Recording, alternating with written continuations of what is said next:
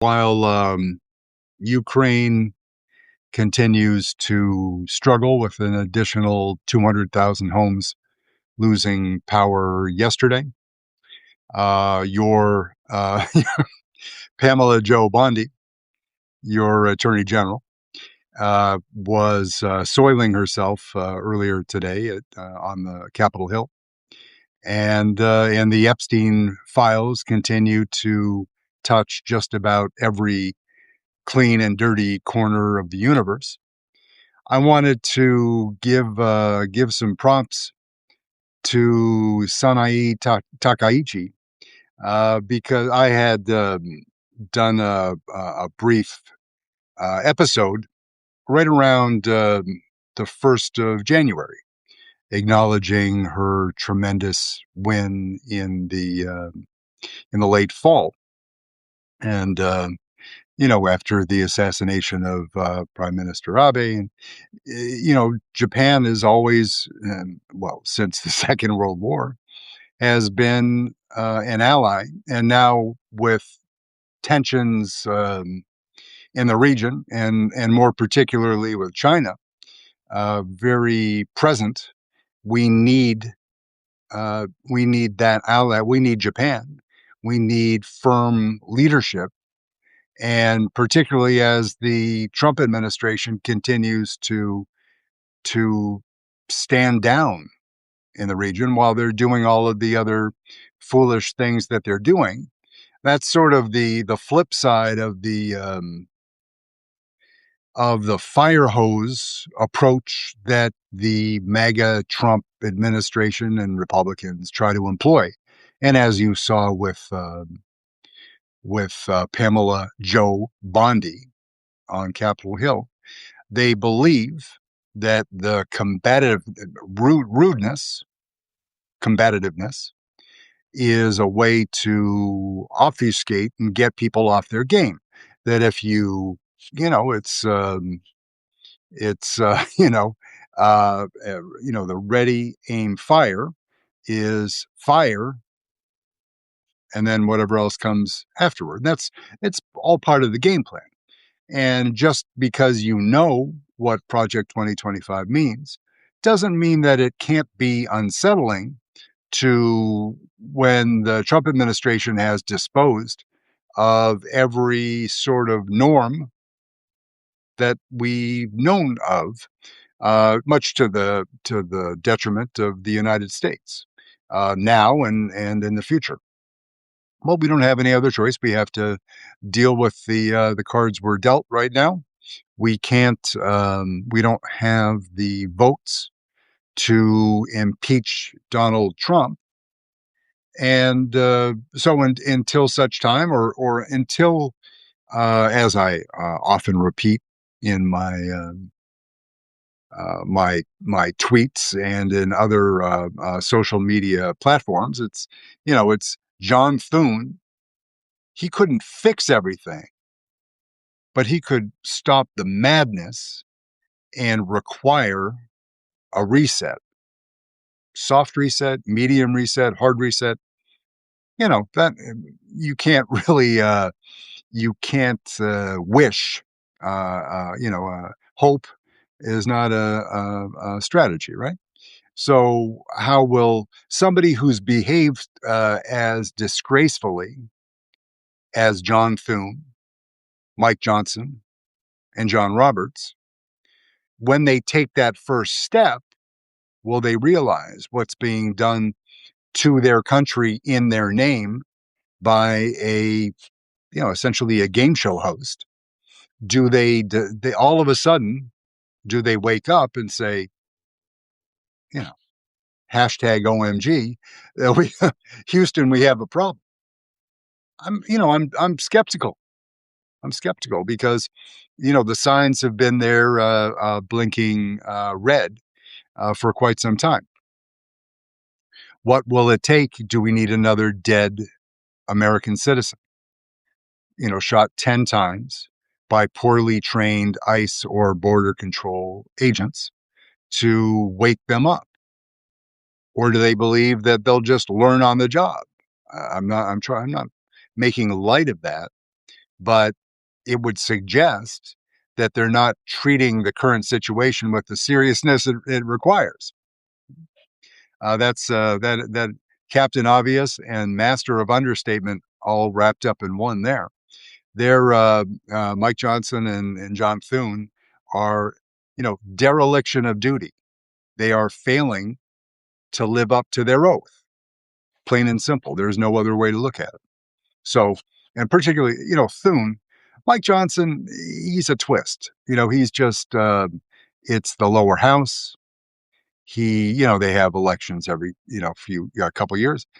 And it's a different ball game. The Senate is supposed to be the adults in the room, and John Thune is not behaving as if he is an adult, and he's a grandfather, as I've repeated on this forum. He's a grandfather of at least six, unless they've had another in the last couple of weeks. If so, hearty congratulations to the Dakotans and the Thune family. But Sanae Takaishi, right? So she rose to power in the wake of Abe's assassination, but she's been around for a long time. She, in fact, she was in the United States in the 80s.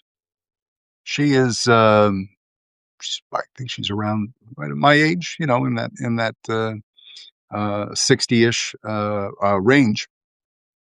She worked as under Pat Schroeder, who was an immensely popular and powerful senator from the great state of Colorado, and so she interned with the good senator in the 80s.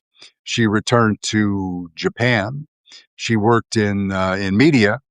That's like anytime I hear about a politician working in media, I get an uncomfortable feeling of the tangerine Mussolini, in some way.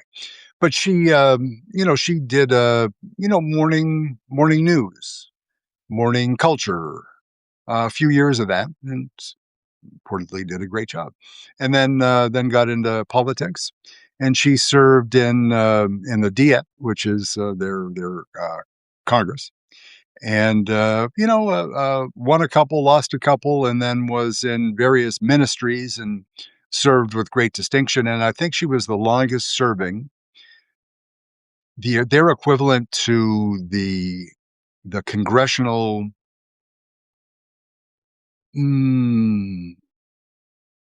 She was a communication officer, coming out of media, not surprising, but she served with great distinction for an extended period of time.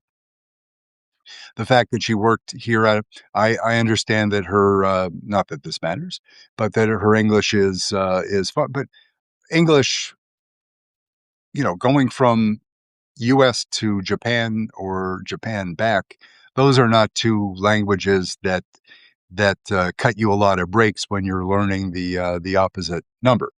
The structure, the alphabets, and the Asian languages are a good deal. It's not like learning Spanish. Mega. Happy Bad Bunny Day again today again. Happy Bad Bunny Day. Only for about 2 years and 9 more months. Happy Bad Bunny Day every single day. Peace out. So this brilliant young woman, first female PM in Japan's history, and it's a history with where misogyny is even stronger than it is here in the U.S. I'm not saying something, but Asian traditions, caste, the systems are different. Not surprising. And she worked her way up. She won the election comfortably, and that was back in the late fall. But she made us. Her popularity ratings were so high due to a few factors. She's a conservative. She's referred to fairly or unfairly as the Margaret Thatcher of Asia. Okay, Margaret Thatcher if you were alive, around and paying attention. She got shit done. Margaret Thatcher did. She was had a great partnership with Ronald Reagan, and whatever you thought of their politics, they were clever tacticians, right? Or surrounded themselves like Jim Baker was running around, and others helping Reagan before Baker rode out through the Bush family, who he was much closer with. And yeah, they the other the the speeches that she gave after her initial victory about spending more on security, on military, there are we help them is a is probably a way of characterizing the way that we set up their ruling, their infrastructure following World War II. But after a war, as we did in Germany with the Marshall Plan, and as we helped and hindered Europe and Germany, we helped and hindered Japan after the war. To the victors come the spoils, but that's if you behave responsibly. Then the spoils run out for a long period of time, and we've had a pretty remarkable relationship with Japan. I remember being in university second year, and my best buddy then was in industrial labor relations, and he could have done anything in the world that he wanted to do, but the thing at that time, what he took instead was accelerated Japanese and Japanese business, and stayed with an IRL running in the background, and went off and bought and sold banks after working for the Coca-Colas of Japan, because Japan back then in the 80s, that was the next thing. That was the next big thing. That was going to be our most consequential competitor on the world stage, because the EU wasn't the EU then. And so the Japan was the power rising. My title today, Japan Rising. Japan has been rising over and over again for longer than the U.S. has been anything other than, as Ted Cruz would hate to hear, stolen land. It goes back quite some, centuries. So Japan was going to be the thing, and then all of a sudden, over the years, it became very clear that uh, China was going to be the main thing, while Japan was still their own thing, and a wonderful country with beautiful people who put a great emphasis on education, and the quintessential and proverbial journeyman office, the guy that gets guy or gal that gets a job with Toyota, and the model back then, what you get a job with one employer for your entire career, and you're treated fairly, and you can afford to take care of your family, and your social circles are defined by the workplace. So what we have in the prime minister is a deft and brilliant political strategist, because what she saw is, when she made her she saw the margin of victory. She made a speech about cutting costs related to food, so affordability. Immigration, regrettably, you have to bring it up because it's true. Excuse me. In the United States, the percentage of the U.S. workforce that is foreign born, and God, we've been talking enough about this in Trump 2.0, not with any real figures or facts, because they just scream at the you know you know Trump, right? So 20% in the US, 19%, 20% is a foreign-born workforce. In Japan, it's I'm going to call it, just rounding off, 3.5, called four, less than four. Japan and South Korea are almost the same, or they were last year. That they don't have a, because they are very, they are not inward looking. There's a great deal of national pride in national industries, and they don't, while they welcome tourism, they're doing their thing. There's nationalism, but done in a way that isn't outwardly racist. I mean, there are parties, right? There are mega sympathetic groups in every country, and as we know,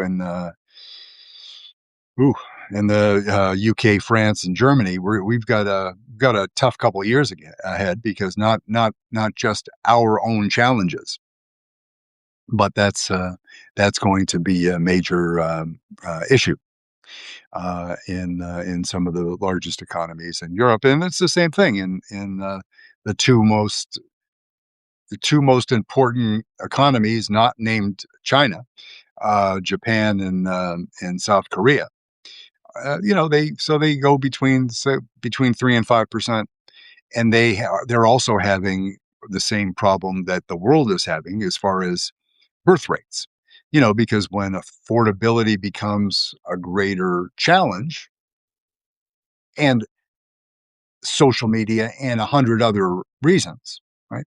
Not a social scientist, but you read the same things that I do. There is pressure on young folks that want to start a family. They love kids in a healthy way. Um, and but they're having, and even China, the one child policy, right? Because they were dealing with a problem that went back decades, and now they're also in trouble too. Now, the the big question mark floating over the head of the meme, the unknown, is, as the birth rate levels off, and the the greatest generation passes along, and all of those statistical things kind of shake themselves out. What's the effect of AI on the demand for workers in various segments? That's something we're still coming to terms with, right? So and it's the same thing, obviously, in Japan. They are a tech heavy society, but super successful in industrial manufacturing, obviously, the automotive industry. But they, like Germany, are feeling the heat from China's increased productivity and their unfair trade practices, and sponsoring their indigenous industries to an extent that is not a level playing field when you're looking at the automotive market. But that happens. Not tariffing, putting a DJT tariff on every freaking country and then walking them back is not the way to do it. But again, we're dealing with the cards that we're dealt, and we'll figure it out. But what this brilliant woman signaled, was that I'm dealing with affordability. The monetary policy is an issue because stubbornly low inflation. The overall economic picture, and the way that the Bank of Japan has managed the economy, many people will take issue with over the past 20 years. But it's the security, the military component, because there is what is it? It's Article 9 in their constitution, which deals with what Japan should and should not do as far as the military spending, because they were, sorry, breaking news. Hope you're sitting down, but we were at war with Japan, and it was a bloody and horrible conflict for both nations and for many others that surround it. And it wasn't a day at the beach with Germany either. It's, Second World War. You probably read the novel, read the book. So there are, kind of constraints on what Japan should or shouldn't do. But of course, those were written without knowing what China would become and what crazy things go on in North Korea, lobbing missiles, which are either are or are not capable of carrying nuclear payloads. So that was unknown, and there haven't been a great deal of changes to that, those strictures. There needs to be, and this is the time, because China, increasingly aggressive and muscular in their region particularly, and the dynamic of the DJT, we'll leave the Vladimir Putin's influence on Trump aside. Vladimir Putin is not influencing China, and he's not influencing Japan. So we can leave that to the side right now. That's our issue here. But if you look at that, the three poles, the tripolar, the three spheres of China, Asia, and Russia, Europe, and U.S., North and South America, Canada, and then we talk about the parts in the middle and the poles, certainly. Then Japan would clearly fall under the control of China. They've got absolutely zero interest in that happening. If you've done any reading or studying on the history of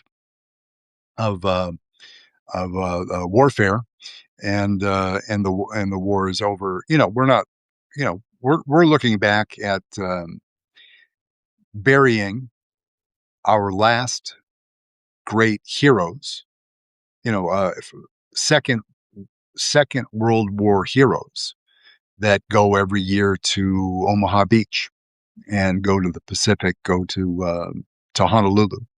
There are very few of them left because time passes on, and we're a quarter century into the new period. But what do we remember? What is our collective memory in the U.S. about the hard times that our grandparents and my parents, because I'm an older fellow, dealt with?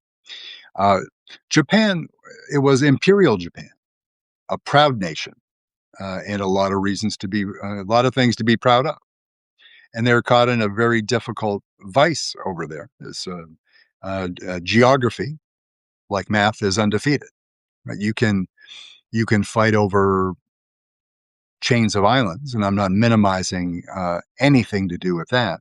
It's just I can't feel it with the same passion that people from Japan or China, and there are similar instances in Korea and around the world. I can't fight that battle for them. I can only be grateful for their being strong allies in the face of China's incredible rise. And for Japan, what they're doing is they're proposing that they basically go to 2% of gross spending on the military, which is depending on who's measuring and over what period of time, is a substantial increase. And it also kind of butts up against that agreement, that understanding that kept them from spending a great deal on because of the legacy issues after the Second World War.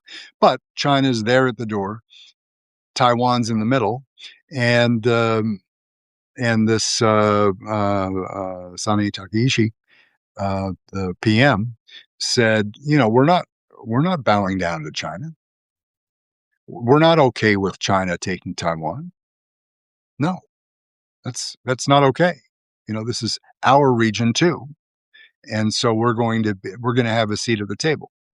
She will be she will be politically aligned with the more conservative administration in the US in some ways, and she'll have to play the game just because of the size of the US and the very real and larger risk that's right on her doorstep. But I'm going to guess that she's a, you know, uh, jingoistic. It's She is proud of her country, and in the end, even though she gives, strategically, she pats DJT on the cankle and says, "Oh, you're fantastic, and we appreciate your cooperation and being your ally. So, thank you, Mr. President." And she does that a few times, but then turns around and focuses on what's going on at home. At home, she has to she has to buy weapons while hopefully they're standing up their own. They're perfectly capable of making their own, but you can't just flick a switch and make your equivalent of the Patriot missile defense system. That's hard. And to do it at the level of sophistication that we do here. So in the interim, they'll need to buy some weapons from us. Right? Yeah. So she's telling her constituents what they need to hear and what they want to hear. The existential damage of the former PM's assassination was jarring. You know, so they're hitting on the same points that we discuss here, which is that the affordability and a strong national defense. Now, this Pistol Pete Hegseth is focused on. Now, I'm not in meetings in the Pentagon myself. I just can read, communicate, and share ideas and ask questions. Most importantly, of people in the people of the CFR ilk. People that are that's their full time gig is Asian defense strategies. Right? But I love the subject and love the region, and this relationship is going to be, because her term is 4 years, so she's going to be there a little bit longer than DJT, but when she called the snap election, right, which was just less than 2 weeks ago, her coalition got a supermajority. Right? They picked up, with counting the coalition partners, her party picked up 80 seats, plus or minus 83, 84, and with coalition partners picked up 100 seats, which is a massive, massive swing. So she has, Donald Trump talks about a mandate, which he has nothing of the sort. He won the popular vote when Hillary Clinton won the popular vote uh, uh, in defeat to Donald Trump. But he legitimately won the popular vote this time, which means that Vladimir Putin was paying more attention to the details and getting the job done. But she sensed the tide. Her approval rating was their approval rating in Japan, generally nationalistic sentiment, is higher than what our presidents would enjoy. But her approval rating going into the snap election was 75. A huge. Just she knew it would the strike while the iron is hot. So she did, and she was rewarded with a landslide victory and a supermajority, which means she's going to get it all done. Whatever she needs to get done, she's going to get it done. Um, the legislation, constitutional amendment, whatever it takes. There is a meeting in that she'll that'll require the legislature's approval to increase military spending. But it's just it's a pro forma vote now because she has complete control. There is essentially, you can't say no way to lose, but it's that her win was so impressive. So that's my focus. You marvel when somebody does what they say they're going to do, overperform, under promises and overperforms. Those are two characteristics that Donald Trump does not even have a nodding familiarity with. Right? She's doing the thing. She will continue to do so because she has such a strong majority. And even if she has some slippage with coalition partners, her supermajority is very strong. So it's going to be interesting to how much I'm sure what they had hoped is excuse me in the region, like vis-a-vis China. I'm sure that they hoped that in that interim, while they were building up their own defensive uh, and offensive capabilities, that we would be there to backstop them in that in the interim. And we can't be counted on now. The U.S. can't be counted on because DJT is he's focused on this hemisphere. He's legitimately frightened of Xi Jinping, and so if he wants to, there is there was I won't say promise because it's the Trump administration, and as you know, and were you were reminded today with Pamela Joe Bondi's performance that truthiness is not something that they don't even give like a nod of the head to being truthful. It's just complete blather, but at a high volume and hoping to score enough points and escape with your head. Pam Bondi should go with her mishandling of the Epstein files. Kristi Noem should go. Pete Hegseth, they're not. Bondi has the qualifications to be an effective attorney general in a different setup, I would argue, if I'm going to be gracious. Um, you know, she's the attorney general. I'm not. So my grace only goes as far as my podcast. But I would argue that if she wasn't charged with doing all of these outrageous and illegal things on behalf of the president, that she could be a functional AG. But they, eviscerated the entire department, doing damage that'll take more than a decade to repair. It needs to be, lots of things need to be upgraded. It's tech, the age of technology, but not, you don't, the move fast, break things. It doesn't always work because when you break things, they take twice as long and cost twice as much to fix. If, stay with me here.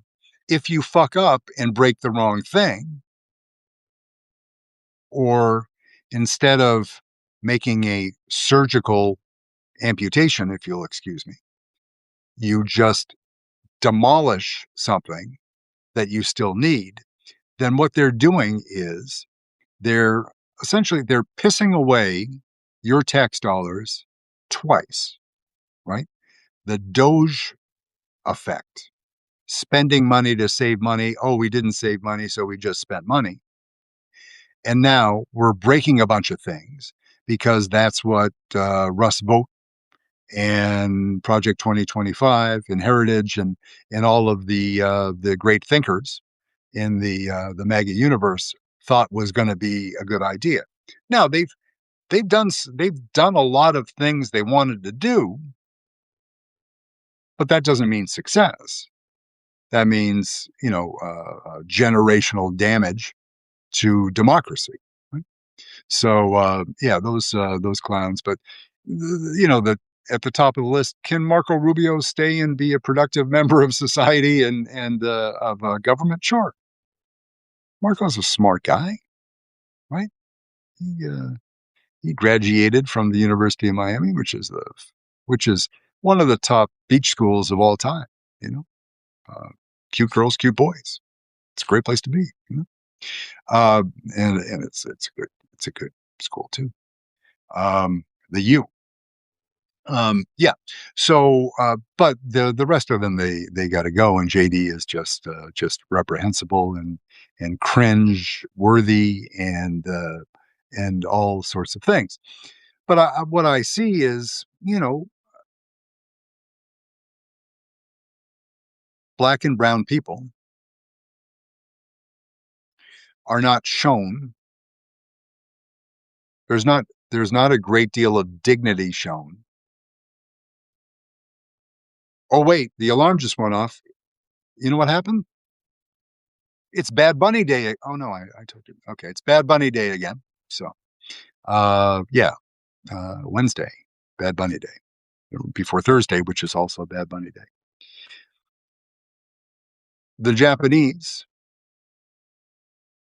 are people of color. Overgeneralizing, they are people from Asia that may appear differently to the gringo Mongol mongrel Americans, and then vice versa, right? And eh, how is the Trump administration going to treat them differently, even though we need them? That relationship, like our relationship with Germany, which we're frittering away, all of a sudden the AFD is going to keep rising. This year they're going to win those state elections, and they're going to set themselves up to make an actual run, with the safeguards. We understand that there are safeguards in place, but you know how it goes in nations when the politicians say you can't do that. You know what happens? Civil War, revolution. It's doesn't always end beautifully. So, um, can I see your boy Pete Hegseth and Donald Trump and even Marco mishandling the relationship with Japan to the detriment of the U.S. because of China rising at a pace that we can only imagine? Because we don't have 100% visibility on what China's doing on purpose, and they have more visibility on what we're doing because China has a a spy apparatus that is 5 to 10x ours and is run by competent people. So, that's do we spy on Japan? I'm sure we do, and vice versa, right? But right now, they're our ally. Let's treat them like it. Let's say please and thank you. Let's observe the dignity that once lived in those sorts of geopolitical relationships, right? Ambassadors that shake hands, people that sit down, they don't scream at each other. Respect. Appoint a Japanese uh, ambassador that speaks the language, or at least is respected in the country. To do all the things to show respect in a place where respect means something more. It's a cultural norm and sort of a tell or an indicator that if you're disrespecting others, you're not worthy of respect yourself. And the Trump administration is disrespecting everybody they can get their hands on, right? And that won't serve us well. So, in any case, so Sanai, Madam Prime Minister, we are grateful that you are still, against all odds, our ally, and will be our partner in keeping a watchful eye on China as they do a lot of shifty, sketchy things in that part of the world. Just making islands appear out of nowhere. And we thank you. We congratulate you on your tremendous victory and your supermajority, and use it well, which politely is best of luck, because you now have an actual mandate, unlike Donald Trump. Yeah, so we'll leave it there for today. We once again we'll say gracias for Mr. Bad Bunny, and we will celebrate you again tomorrow, sir. And just watching those, if you'll indulge me, the one thing, just having lived I've lived in Miami Beach for a long time, but also lived in Miami proper. Lived in that area for a quarter century. Right? Lived in Venezuela. Here's a cultural thing that doesn't translate to the Cracker Gringo department quite as much, which is dominoes. Right? Playing playing dominoes. That I can remember when my beautiful daughter's grandparents would have friends over, you know, late for Gringo. I'm up at 3:30 or 4 every day. So my work day is a little bit different. But in many parts of Latin America, they have a much more reasonable relationship to the daily schedule, if I can put it that way politely, right? Things run a little bit differently, and the whole idea, which is maybe a lost art of siesta or a nap, when it's the right way to live, if you can do it that way, because you're better and a happier person and healthier. Right? But that these beautiful people who hosted me in their home would, the quote the older people, which is what I am now, I guess.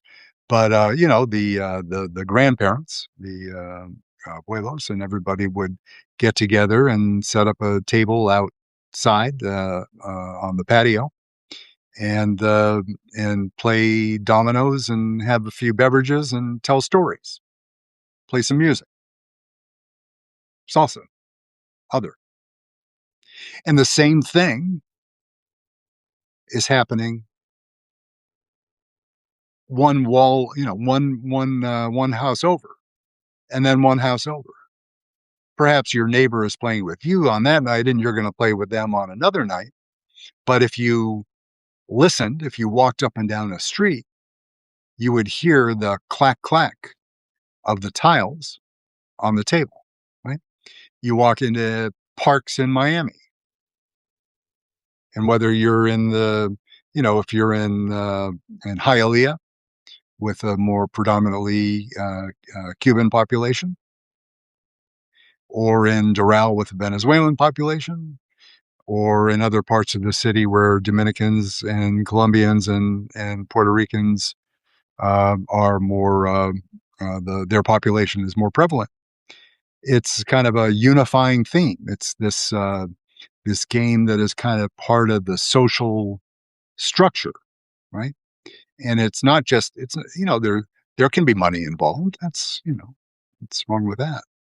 Um, and there is hopefully rum and beer and other things involved, and music playing in the background, and you just have a great time. And it's your friends, your family, and it's kind of the repetition, the part of the song of life, if you will, right? The beat.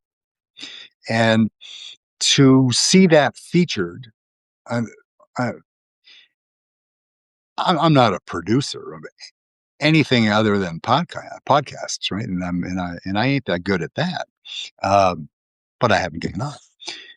The way the production value of Bad Bunny's performance, right, and the different layers and the shout outs and the tributes and the prayers and the recognition for him to call out every Latin country in the Americas. It's not it's not the US. It's about all the Americas is what matters. It matters to me. It should matter to you and everybody in the country because and we'll learn a little bit if they don't completely fuck up World Cup, that the uh, Canada is part of the Americas. It's not Latin America, but it's part of all of us. Right? And those are our neighbors and our brothers and our sisters. And even you look at in Mexico is the percentage of the population that is in some part indigenous American, not European transplants, right? That assimilated peacefully or otherwise into populations across the Americas. That these are what would have been called indelicately 30 years ago Indians, if you'll excuse me. But the indigenous people of the world, but predominantly of this continent, the indigenous people include in the Americas the Inuits, going further north, and so many different populations. And to see, you know, at a time when we have a leader, and there's more than one, that is spouting this harmful and offensive language about our neighbors, brothers and sisters, to have and everybody says it was about joy, and it was,